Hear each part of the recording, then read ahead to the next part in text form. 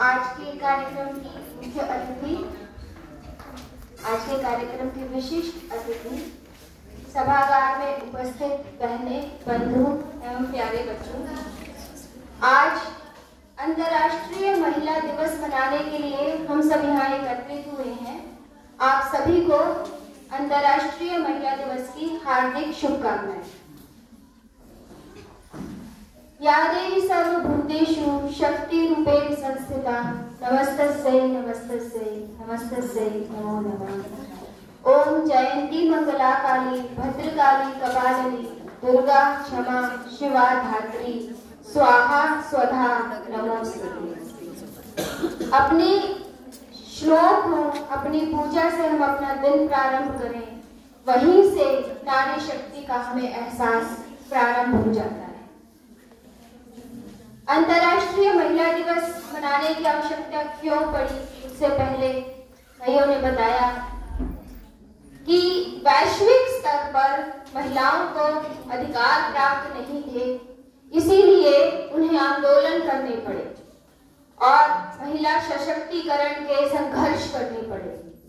लेकिन हम परम सौभाग्यशाली हैं कि हमने देवभूमि भारत भूमि में जन्म लिया, जहां पर नारी को सशक्तिकरण करने के लिए किसी आंदोलन या किसी संघर्ष की कभी आवश्यकता नहीं पड़ी, क्योंकि हम यह मानते हैं कि नारी शक्ति का ही स्वरूप है। हमने अभी मंत्र बोले, ओम जयंती मंगला काली भद्रकाली कपालिनी दुर्गा क्षमा शिवा धात्री स्वाहा स्वधा नमोस्तुते। किसी भी तरह की पूजा हो, यज्ञ हो, हवन हो, जब तक स्वाहा नहीं बोलते, अग्निदेव उस आहुति को स्वीकार भी नहीं करते। यह शक्ति हमें विरासत में मिली है, इसके लिए हमें किसी तरह के संघर्ष की, आंदोलन की आवश्यकता नहीं रही। हम बहुत सौभाग्यशाली हैं कि हमारे सनातन संस्कृति में नारी को कभी अबला नहीं माना गया, सबला ही रही है वो। ईश्वर को देखिए, सारी शक्तियां हमारी देवियों के पास हैं, चाहे वो धन की शक्ति हो, चाहे वो विद्या की शक्ति हो, चाहे वो शक्ति ही क्यों ना हो। और हम ये मानते आए हैं कि शक्ति के बिना शिव भी अधूरे हैं। इसीलिए प्रभु ने अर्धनारीश्वर रूप लेकर यह साबित किया था कि स्त्री और पुरुष एक दूसरे के पूरक हैं और वही अधिकार स्त्री को प्राप्त है जो अधिकार पुरुष को प्राप्त है। मुझे कहा गया कि आज मुझे जिस विषय पर बोलना है कि सामाजिक रूप से अभाव में होते हुए भी समाज में सही दिशा महिला कैसे दे सकती है। अभी हमने देखा, हमने कितनी बहनों का सम्मान किया जिन्होंने विषम परिस्थितियों में भी कार्य करके अपने आप को स्थापित किया है। इतने उदाहरण हमारे जीवन में भरे पड़े हैं। सबसे पहला उदाहरण यदि हम लें तो पुण्य श्लोका माँ अहिल्याबाई होलकर जी का हमारे समक्ष है, जिससे हमें सदैव प्रेरणा मिलती है। हम माँ अहिल्याबाई होलकर जी की त्रिशताब्दी जन्मोत्सव को मना रहे हैं। 300 वर्ष हो गए, 300 वर्ष पूर्व उन्होंने इस संसार में अवतरण लिया था। उनके जीवन को यदि हम अध्ययन करें, आज की हमारी बेटियों को, हमारी बहनों को उनका जीवन चरित्र जरूर पढ़ना चाहिए। यदि आप उनके जीवन चरित्र को पढ़ेंगे तो आपको पता चलेगा कि हमारे देश में कितनी महान विभूतियां हुई। हमें आंदोलनों की आवश्यकता नहीं, हमें सशक्तिकरण के लिए संघर्ष की आवश्यकता नहीं। एक छोटी सी प्यारी सी बच्ची जिसका जब विवाह होता है, उसको 8-9 साल की आयु में जब बच्चों को, आज के हम बच्चों को देखते हैं जिन्हें आगे के जीवन का कुछ नहीं अनुभव, उस समय विवाह करके वो अपने ससुराल आती हैं। और उस समय की भी हम उस समय की परिस्थितियों को देखें, उनके ससुर जो थे वो जान जाते हैं कि यह अद्भुत प्रतिभा प्रतिभा के धनी हैं, वो उन्हें पूर्णतः शिक्षा देते हैं, घुड़सवारी सिखाते हैं, शस्त्रों की शिक्षा देते हैं और उन्हें राजनीति की भी जानकारी देते हैं। तो हम ये मानते हैं यह हमारा इतिहास है। हमारे इतिहास में इस तरह का भेदभाव तब नहीं था। उन्होंने देखा कि उनका पुत्र इतना लायक नहीं है कि राज्य को संभाल सके, तो उन्होंने अपनी बहू को वो सारी शिक्षा दी। और जीवन कितनी विषम परिस्थितियों से उनका चला कि उनके पति की मृत्यु हो गई, उनके पुत्र की मृत्यु हो गई, फिर ससुर की मृत्यु हो गई। और उन्होंने जब ये देखा कि यह राज्य, यह प्रजा मेरी संतान है और मुझे ही इसका भरण पोषण करना है, तो उन्होंने कुशल शासिका के तौर पर उस दायित्व को निभाया। एक चरित्र जो है उनके जीवन का, मैं कहीं भी जाऊं, खासकर बच्चों में और माताओं में मैं ये जरूर बताती हूँ कि जब वो राज्य कर रही थी, शासिका थी, एक बार उनके पुत्र से एक अपराध हो गया। वो पुत्र जो है अपनी एक घुड़सवारी रथ यात्रा लेकर निकला हुआ था और उसके रथ के पहिए के बीच में फंसकर एक गाय के छोटे से बछड़े की हत्या हो जाती है। हत्या इसलिए कहेंगे क्योंकि उन्होंने देख लिया था कि वो फंस गया था, तो भी उन्होंने रथ रोका नहीं और वो आगे चलते रहे और उसमें फंसकर वो बच्चा, गाय का बच्चा मर जाता है। जब वो गाय का बच्चा मर जाता है तो वो गाय वहीं खड़ी रहती है। थोड़ी देर के बाद माँ अहिल्याबाई होलकर का काफिला वहां से निकलता है और उनके रथ के आगे वो गाय बार बार आकर खड़ी हो जाती है। उसे बार बार हटाने की कोशिश होती है, परंतु वो बार बार फिर से खड़ी होती है। तब अहिल्याबाई जी कहती है कि क्या कारण है कि गाय बार बार आ रही है। पता लगाया जाता है तो सामने कुछ दूरी पर उसका बछड़ा मरा हुआ है। वो पूरी जांच करती है तो पता चलता है कि अपराध किससे हुआ है, क्योंकि वो बहुत ही न्यायप्रिय थी और न्याय की इतनी मिसाल उन्होंने दी कि वहां से वो सीधी अपनी बहू के कक्ष में जाती हैं, राजमहल में, और अपनी बहू से ये कहती हैं कि यदि किसी माँ के सामने उसके बच्चे को मार दिया जाए तो उस मारने वाले के लिए क्या दंड होना चाहिए। और वो बहू ये कहती है कि माँ, उसे तो मृत्यु दंड दे देना चाहिए। तो वो ये सीधी राजमहल में जाती हैं, राजसभा में जाती हैं, सभा बुलाई जाती है और वो ये कहती हैं कि जो दंड सबके लिए है वही दंड मेरे पुत्र के लिए है। एक माँ के सामने उसने एक बच्चे की हत्या की है, इसलिए मैं इसे मृत्यु दंड देने की घोषणा करती हूँ और ये दंड उसे उसी तरह से दिया जाएगा जिस तरह से उसने ये कार्य किया है। तो एक रथ मंगवाया जाता है और उसके सामने उनके पुत्र को खड़ा किया जाता है कि इसी तरह से ये रथ चलेगा और इसके पहिए में इसे घिसराया जाएगा जब तक कि इसके प्राण निकल नहीं जाते। कोई भी सारथी उस रथ को चलाने के लिए तैयार नहीं होता, क्योंकि वो महारानी का पुत्र था सामने। तो माँ स्वयं उस रथ की बागडोर को उठाती हैं और जब वो रथ चलाने लगती हैं तो वही गैया फिर से सामने आ जाती है। उसको बार बार फिर हटाया जाता है, लेकिन वो फिर सामने आती है। तब राजगुरु कहते हैं कि माँ, ये गैया एक संदेश दे रही है कि एक माँ के हाथों पुत्र की हत्या शोभा नहीं देती। आपने समाज में यह उदाहरण स्थापित किया है कि जो भी नियम है वो सभी के लिए समान है, इसीलिए अब आप अपने पुत्र को क्षमा कर दीजिए। इस तरह का उदाहरण, इतनी सशक्त महिला। और जब भी हम माँ का चित्र देखते हैं, हाथ में उनके शिवलिंग है, इतनी बड़ी शिव भक्त, इतना जीर्णोद्धार उन्होंने मंदिरों के किए, बाबा काशी विश्वनाथ का हो या फिर गया का हो, सोमनाथ का हो या रामेश्वरम का हो, जिसे ग्रैंड ट्रंक रोड कहा गया, गया से लेकर रामेश्वरम तक वो उन्होंने बनवाया।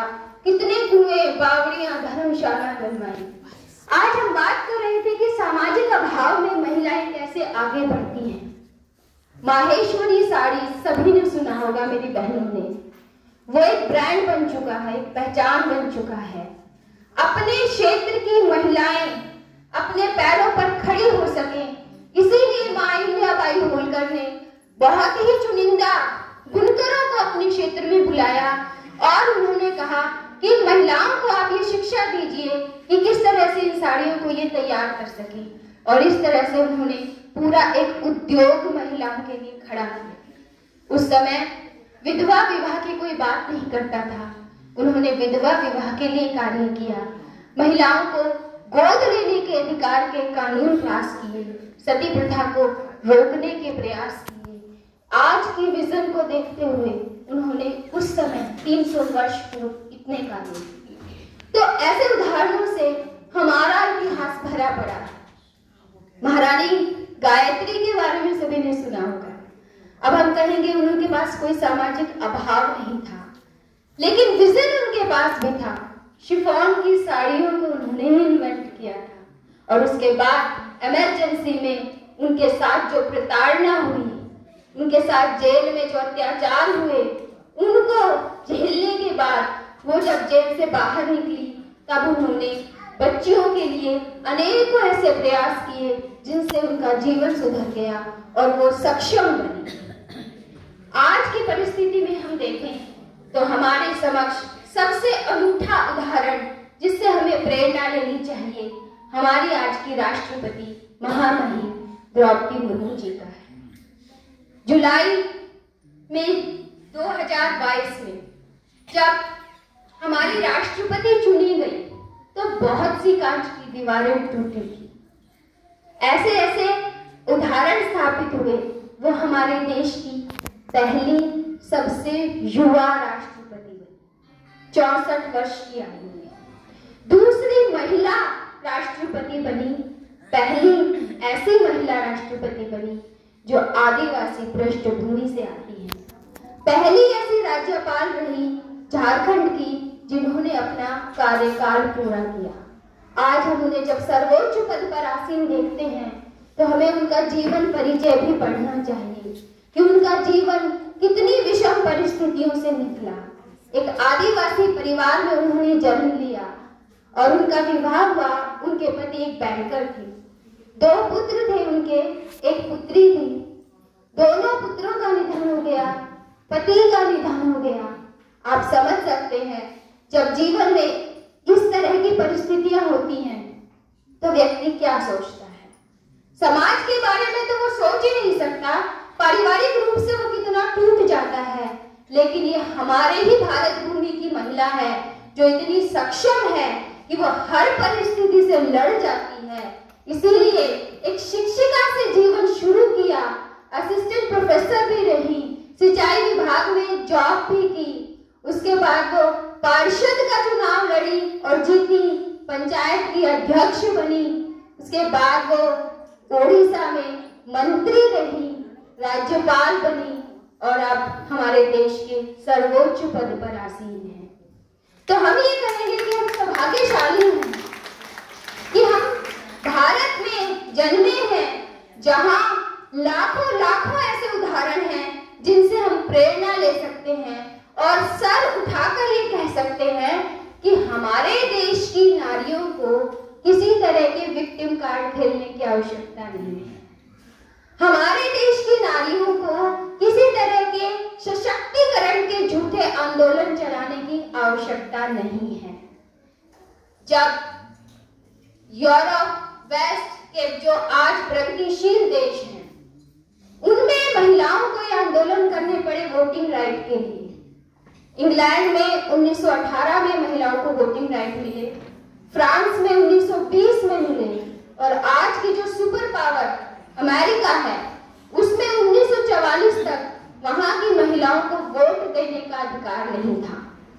लेकिन हमारे देश में 1916 में जबकि हमारे देश पर ब्रिटिश राज था, एनी बेसेंट कांग्रेस की सभापति बनी। उसके बाद 1925 में सरोजिनी नायडू कांग्रेस की सभापति बनी जब हमारे देश पर ब्रिटिश राज था। जब वहां पर ये डिस्कशन चल रहा था कि क्या महिलाएं इस लायक भी हैं कि उन्हें वोट देने का अधिकार दिया जाए।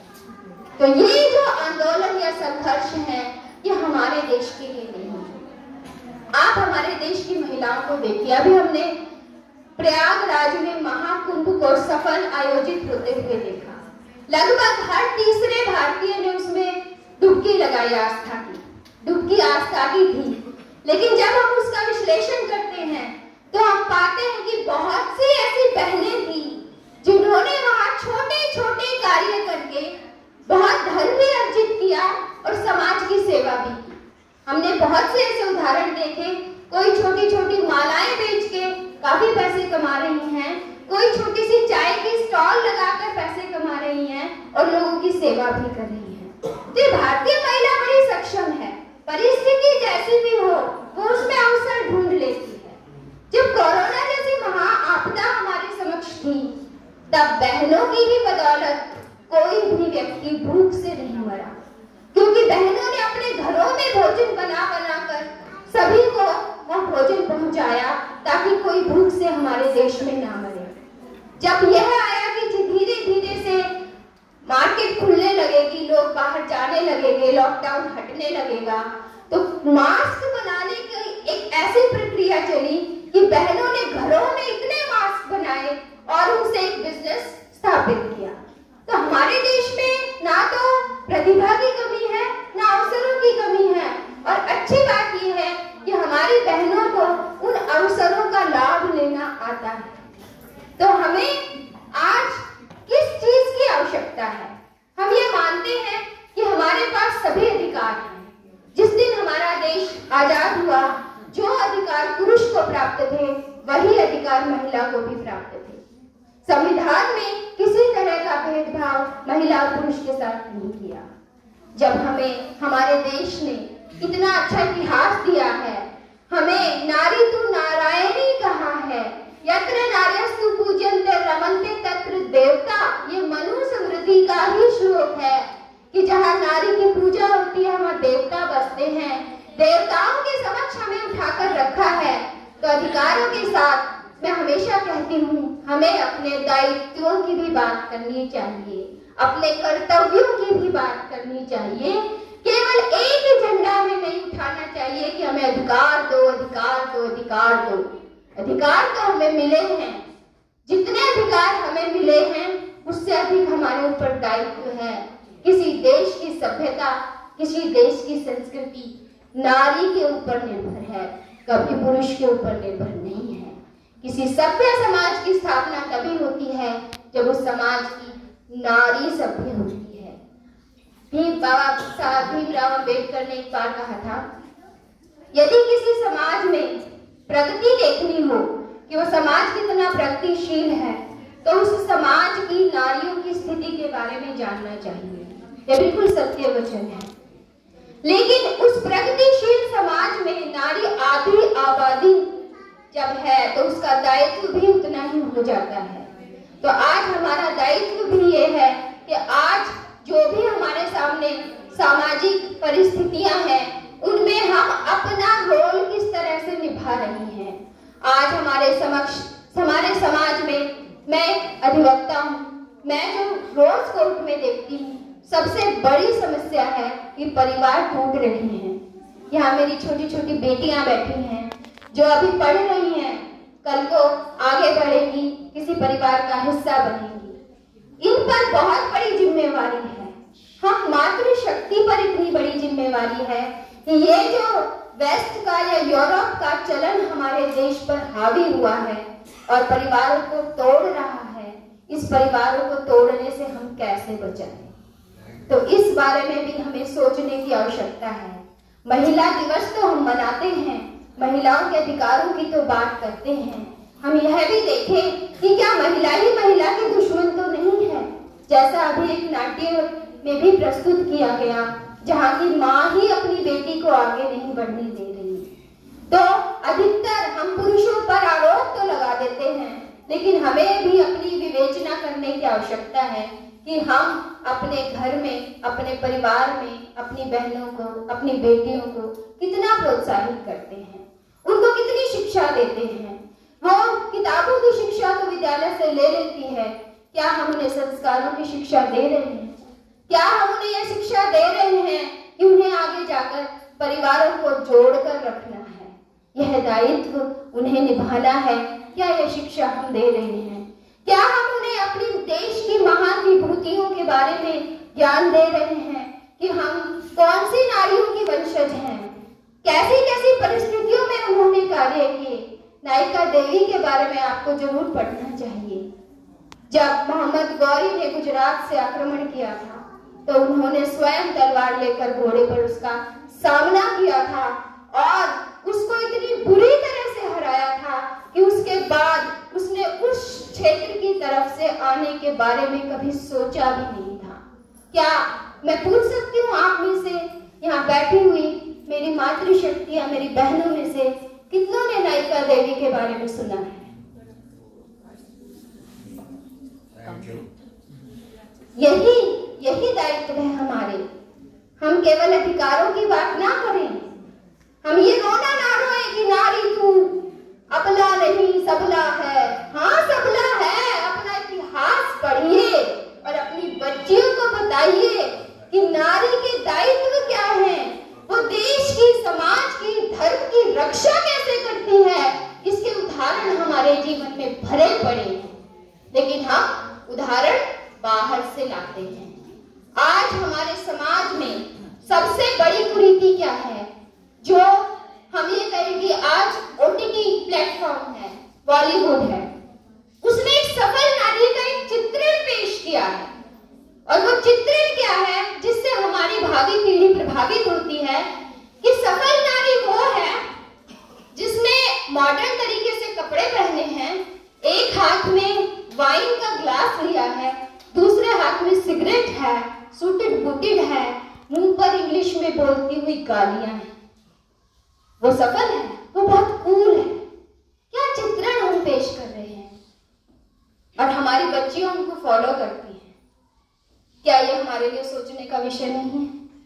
हम अंतर्राष्ट्रीय महिला दिवस तो मना रहे हैं। यह महिला दिवस क्या केवल हम कुछ सेलिब्रेशंस के लिए मनाएंगे, या हम इसलिए मनाएंगे कि जब महिला इतनी महान है, उस महानता को हम कैसे बचा के रखें? आज हमारी महिलाओं में, हमारी बेटियों में क्या बात मेन आ रही है? मैं ये एक्सपीरियंस से इसलिए बता रही हूँ कि मैं रोज इन विषयों के साथ डील करती हूँ। हमारी बेटी जॉब करती है, हम उसके लिए रिश्ता देखते हैं और हम ये बात कहते हैं कि हमारी बेटी इंडिपेंडेंट है, वो ये नहीं करेगी, वो नहीं करेगी। जो बेटी कमा रही है वो कमाई तो उसकी है, लेकिन जो लड़का कमा रहा है, जिसके साथ उसका विवाह होता है, उसकी कमाई पर उसका भी अधिकार है, उसके माता पिता का भी अधिकार है, उसके बच्चों का भी अधिकार है, वो घर के खर्चे भी चलाएगा। और जो लड़की कमा रही है वो मेरी कमाई है। क्या हमें सोच बदलने की आवश्यकता नहीं है? हमने अभी सुना था, एक कविता कही थी दीदी ने कि स्त्री और पुरुष दो पहिए हैं और वाहन तभी सही चलता है जब दोनों पहिए बराबर काम करते हैं। तो यदि अधिकारों की बात करें मेरी बहनें, तो वो दायित्वों की भी बात करें, वो अपने कर्तव्यों की भी बात करें। मैं जानती हूँ कि थोड़ा सा कड़वा लगता है आज के सेलिब्रेशन के लिए, लेकिन ये बहुत बड़ी चिंता हमारे समाज के सामने है। हम सक्षम हैं, हम हर परिस्थिति का सामना कर सकते हैं, क्योंकि हम पैदा ही ऐसी विरासत में हुए हैं जो हमारे खून में है। किसी भी परिस्थिति से भारत की महिला लड़कर निकल सकती है, लेकिन अपनी संस्कृति बचा के रखने का दायित्व जिस दिन मेरी बहनें अपने कंधों पर उठाएंगी, तो भारत फिर से विश्व गुरु बनेगा। इसमें कोई दो राय नहीं। मैं जब इस विषय के बारे में सोच रही थी तो मैंने कुछ ऐसे उदाहरण लिए जो मैं आपके सामने जरूर रखना चाहूंगी, जो बहनें विषम परिस्थितियों में किस तरह से आगे निकली, जिसमें हमने अहिल्याबाई होलकर जी के बारे में बात की, द्रौपदी मुर्मू जी के बारे में बात की, अंशुला कांत। 2024 में फोर्ब्स इंडिया ने सेल्फ मेड महिलाओं की पावर लिस्ट में उनको शामिल किया। वो 2030 तक गरीबी हटाने के क्षेत्र में काम करने वाली हैं 1983 में अंशुला ने एसबीआई में बतौर प्रोबेशनरी ऑफिसर काम शुरू किया था। वो 36 वर्ष तक उन्होंने वहां पे कार्य किया और मैनेजिंग डायरेक्टर बनी। 2019 में वर्ल्ड बैंक की पहली महिला एमडी सीएफओ बनी। ये हमारे लिए गौरव का विषय है। मणिपुर की ई पथोई चानू, उनका परिवार ही नहीं चाहता था कि वो फुटबॉल खेले। 10 वर्ष की आयु में उन्होंने फुटबॉल एकेडमी ज्वाइन की। 2014 में नेशनल टीम में जगह बनाई। 2021 में उन्हें बहुत गंभीर चोट लगी, लेकिन उन्होंने वापसी की और ऑस्ट्रेलिया में प्रोफेशनल फुटबॉल खेलने वाली वो पहली इंडियन प्लेयर बनी। तेजस उड़ाने वाली मोहना देश की पहली महिला पायलट है। उन्होंने जोधपुर में हुए तरंग शक्ति एक्सरसाइज में पार्टिसिपेट किया। अब मैं एक ऐसी महिला के बारे में आपको बताना चाहती हूँ, यशोदा लोधी, जिनका नाम है। उनके पति एक दिहाड़ी मजदूर थे। 2019 में एक हादसे में वो अपने काम करने के लायक नहीं रहे, तो 2021 में यशोदा लोधी ने देहाती मैडम के नाम से एक यूट्यूब चैनल प्रारंभ किया, जिसमें वो बच्चों को अंग्रेजी पढ़ाती थी और आज 4 लाख उनके चैनल के सब्सक्राइबर हैं और वो 80 से 90 हजार रुपए महीना कमा रही हैं। मंगला बाई मारावी ट्राइबल टैटू की ऑस्ट्रेलिया के सिडनी में भी एग्जीबिशन लगा चुकी है। जब हम रिसर्च करेंगे तो लाखों उदाहरण हमारे सामने आएंगे कि हमारी बहनों ने कितनी विषम परिस्थितियों में सामना करके देश का, परिवार का नाम ऊंचा किया है। तो महिला हमारी भारत की हर तरह से सक्षम है, सशक्त है। वो चाहे वैश्विक स्तर पर पहुंचे, भारत का झंडा कल्पना चावला ने सदा ऊंचा किया है। हमारे सामने सरोजिनी नायडू है, जिनको मैंने बताया कि 1925 में वो कांग्रेस की सभापति बनी थी, जब वेस्ट और यूरोप ये सोच रहे थे कि नारी को वोट देने का अधिकार दिया जाए कि नहीं दिया जाए। समय की अपनी मर्यादा है। मैं शैलेंद्र कुमार सिंह चौहान जी की कुछ पंक्तियों के साथ अपनी वाणी को विराम दूंगी। आया समय उठो तुम नारी, आया समय उठो